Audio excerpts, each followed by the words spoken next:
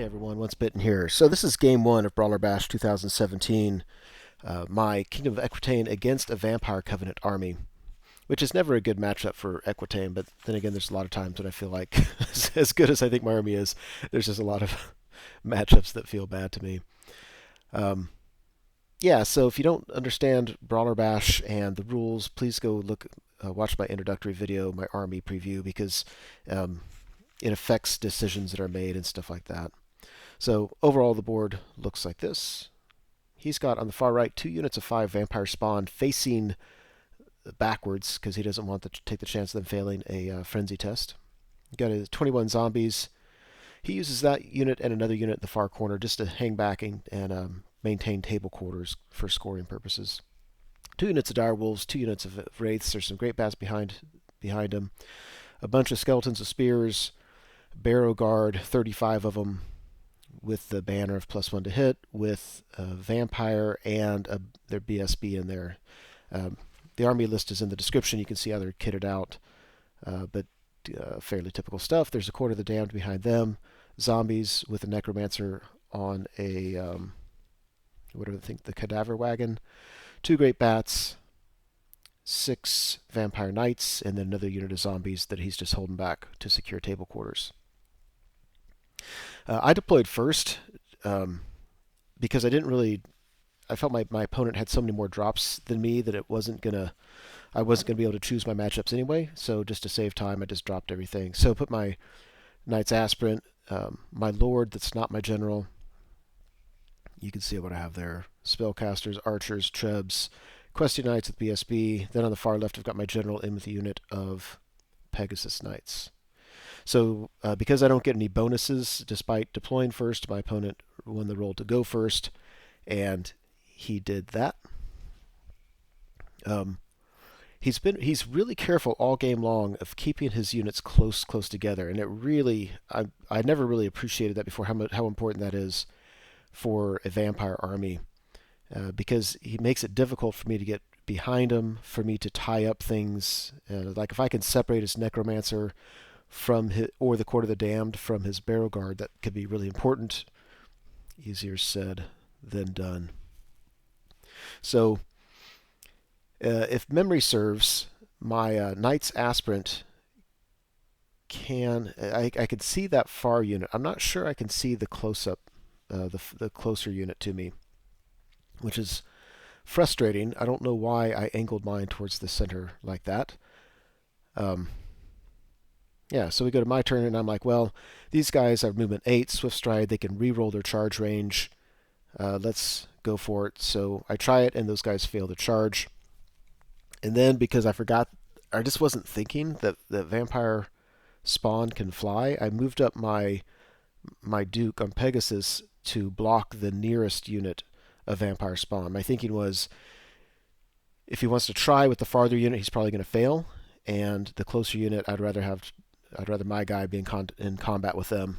And of course, he just has to fly over my head, which is just brain dead on my part. I took the General out of this unit, moved him over to the left. I'd really like anybody to get behind my opponent's lines, but because my Dukes are kind of swapped, I'm taking my General and his leadership away from the rest of the army, because I'm willing to do that if that's what it takes to get behind his lines. But my opponent, of course, is not trying to make that difficult with his Vampire Knights. There's that. We go to shooting. At least my Trebs know what to do, and they kill the Court of the Damned. So that was nice. I want to say I hit with both of them, and one of them he made his ward save, and the other one killed it. I think that's what happened. So that was very, very nice. Go to Vampire Counts turn 2. So his closest unit of Vampire Spawn does fly right over my Duke's head and charge the Knight's Aspirant. And then his dogs, to me it looked like they were far away, but when you measured it, they only needed like an 8. And so he had a unit of dogs charge my Duke, and then he has a champion in there, a champion dog, or direwolf. So he's going to issue a challenge, and no matter what happens, we're going to be tied up in combat, which just sucks.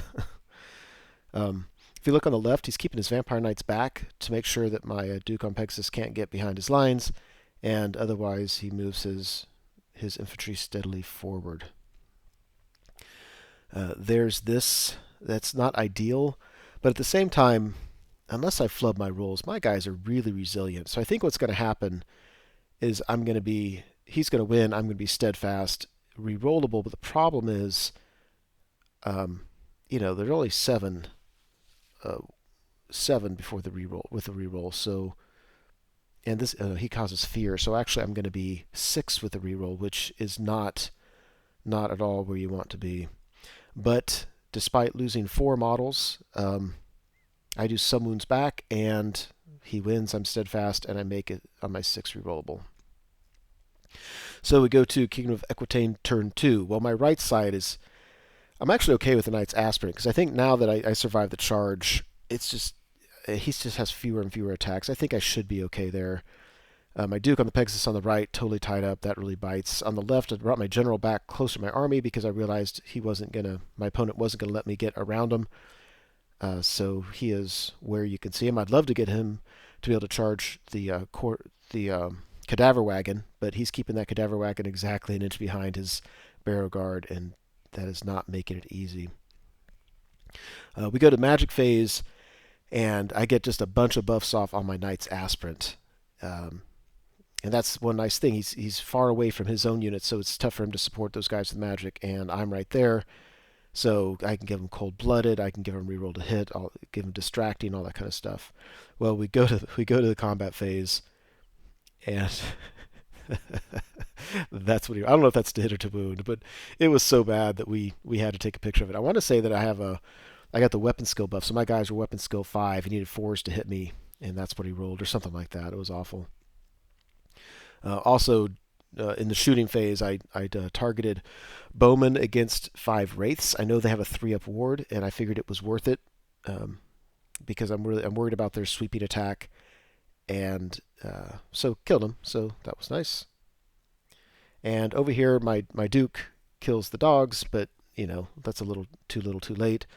The Vampire Spawn do only a single wound to my guys, and through wounds and combat res, I pop them some, but he's got another unit waiting in the wings, so to speak, so these guys are about to get charged again. Luckily, they're only going to be able to clip, but these Knight's Aspirant were meant to be glass cannons are actually not doing that at all. They're not. I didn't get the charge or anything. They're not fulfilling that role, but they are tanking it pretty well. All right, we go to Vampires turn 3, and if you look on the right, his second unit of Vampire Spawn get the charge in. Otherwise, it seems to me, I don't know, it seems to me that he's just not moving up with his guys, and I wonder if he was scared of something. I don't know what I'd be scared. If I were him, I would just cram those things down my throat. But yeah, his units are still just kind of hanging back. That's fine with me. I've got a lot more shooting. The problem is when he grows stuff back, he grows so many back. That's why I'm not really targeting his Barrow Guard that much, because I think he can just grow them back.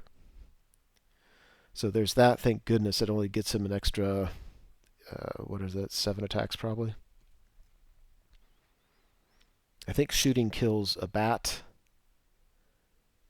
And after combat, yeah, again, with all those attacks, he only does 1 wound to me. And the guys, they're just resilient. And so between wounds and combat res, we pop 1 unit. The other unit, I think, is taken between 4 and 5 wounds.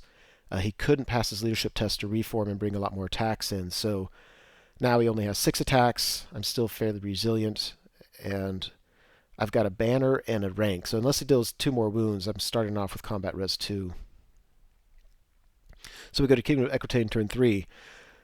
Yeah, so on the left, again, we're just kind of hanging back. If he's and I would like to get points out of this army, but the problem is I really don't want to tackle any of those hordes of skeletons. I do want to tackle his Barrow Guard, but I want to do that with my General, my Questing Knights, and my Pegasus Knights, just so everything in there, bubble some magic buffs, and just kill them all in one pop. And if I can't do that, I just don't know any other way to do it, and I'm not going to get points out of this, and I need to, in Brawler Bash, it matters, what you kill is what matters. There's nothing about squeezing out a close victory. So I fly my Duke on the right behind his lines. I want him to charge the zombie unit with a Cadaver Wagon, I'm hoping he can do enough wounds that we can get in combat and he can start swinging at the cadaver wagon with his necromancer. But if nothing else, if I can hold them in place so they're not close behind his barrow guard, I think that would be helpful. He's got his rights in front of me. I'm going to target him with my bowman again, hopefully get some wounds taken off of him so that he can't just turn around and do 5 sweeping attacks on me. And this time I only killed 2. So that's kind of scary. The other archers couldn't see them, so they shot at the bats just to get chaff out of the way and killed a couple of them. And I think, I'm not positive, I think I shot at this thing and killed just a few. Hit it with a trebuchet on the weaker shot, but still only killed a few of these guys. But I was doing that because if I can get his, the more I can get this unit down, if he does regrow him, there's still more of a chance my Duke can charge it and actually allocate attacks on the Necromancer himself. After combat, he does a single wound to me. My guys are so resilient. You can see, though, I have buffs up everywhere. And so we're just slowly grinding it out. I'm not unhappy about this, because those guys could have really caused me problems. And so the Knight's Aspirant, had I charged him, I would have just crushed him, I think. But whittling them down through static combat res is another way for them to do it. All right, we go to Vampire's turn 4. Again, he just kind of moves up a little bit. Not as much as I think he could. Maybe he just doesn't want that triple charge in the face of his barrow guard, which would be understandable, I guess. If you look at the Duke on the top right, his wraiths move behind him. They do 3 sweeping attacks and 2 wounds go through, which is probably about average. Now this guy's down to a single wound, which is just kind of scary. He's got a 1-up rerollable armor save, so if I get in against low strength stuff, he, for the most part, isn't worried. But again, just, one bad series of rolls and he's dead. So we go to Kingdom of Equitaine turn 4, and so this is what happened. I charged my questing knights, my Pegasus knights, and my general all into his unit. And somehow, some way, we figured out that it was impossible to fit all 3 units in there. And it's partly because his skeletons on the right were angled a little bit, so I can't extend to the right of his unit. But it seems to me that my questing knights could have fit in, and then the Pegasus knights to the left of them. So I'm confused. But for some reason, when it happened, we're like, oh crap, it can't be all 3. And so we just agreed, the questing knights just didn't charge, and they did what you see there, which is kind of really bad. What I need is some good magic buffs, and just to kill as many of these as possible. The problem is there's no way I'm going to pop them completely, and he's going to be able to regrow them, and then now I'm going to get countercharged and blah, blah, blah. I'm not too worried about losing units with this tournament format. What I need to do, though, is get the darn... I need to kill his general, and my general is in there, so that is going to be a possibility. And I need to get this unit so whittled down that then if I do get my Knight's Aspirant and or my Questing Knights in there, that maybe we can pop them then. But I'm nervous. Sent some Bowmen in to finish these guys off. I know I'm feeding my opponent some static combat res, but I really kind of need to free my Knight's Aspirant up to do some more work. So hoping the static combat res will help me there. There's that. There's that. Yeah, I didn't do enough. I think this guy's gonna kill some zombies, and if he's touching the cadaver wagon, my opponent's gonna have a magic phase, and I think he's just gonna probably force through a regrowth on there. And we go to the magic phase, and it's a total bust. I don't get a single spell off. It was so frustrating. It's like I threw 3 or 4 dice at a spell and rolled all ones, failed it. I couldn't get any spells off. My general gets in a challenge with his general, and I'm re-rolling to hit, re-rolling to wound, strength 6. Every wound that goes through does D3 wounds. I don't do a single wound. And then my Knights, Pegasus Knights, have no magic buffs, and they do a combined 5 wounds. And then the Barrow Guard come back and just slaughter them. It was awful, my friends. It was horrible. Oh my gosh, that was just horrible. This goes as predicted. We go to Vampire Council turn 5. I am in trouble. I am in so much trouble. Um, yeah, so if you look on the right, we did pop those vampire spawns, so that plan worked. The problem is my guys are just kind of sitting out there. I didn't overrun with my Bowman because then I think his Spearman would have just been able to charge him in the flank and could have overrun into my Knight's Aspirant. So as it is, he's just chaffing things up with his dogs. And I think he tried to charge my BSB's unit with his Barrow Guard, and thankfully they failed the charge. So everything looks like that. And we go to Equitaine turn 5, and what I think my opponent wasn't seeing, I'll go back now, go back one. He put his Vampire Knights up where my Questy Knights can see them, and I can move up and wheel. I have to charge the Sacred Reliquary at the dogs to get that out of the way, and I charge the Bowmen at the dogs to get that out of the way. Now my Questy Knights can wheel and can hit the Vampire Knights. I'm not going to be able to close the door, but he'll have to.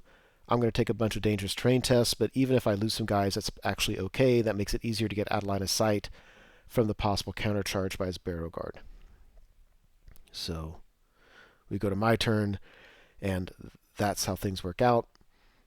One huge mistake I made was I put my Damsel way over the left. Well, his Barrow Guard can make an easy charge. If my Questy Knights are out of the way, they can easily charge my Bowmen, easily beat them, overrun right into her. So, because I'm smart like that. Darn it. Knight's Aspirant charge the remaining bat. There's that. That'll at least give me some points in this game.